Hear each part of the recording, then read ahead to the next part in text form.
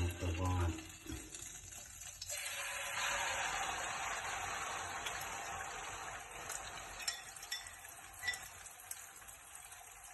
đó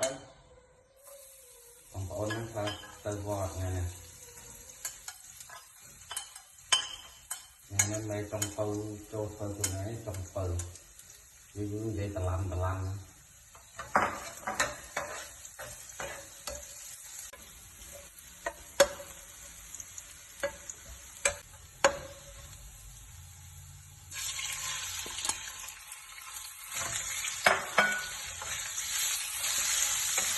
tàu vò trong ôn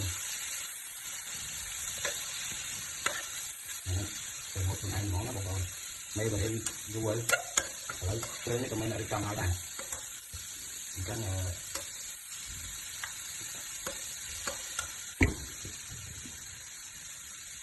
mình ăn làm đấy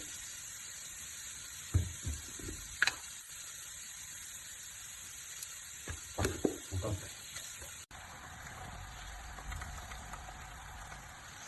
phải làm cho mình buộc lại làm cho để lên tàu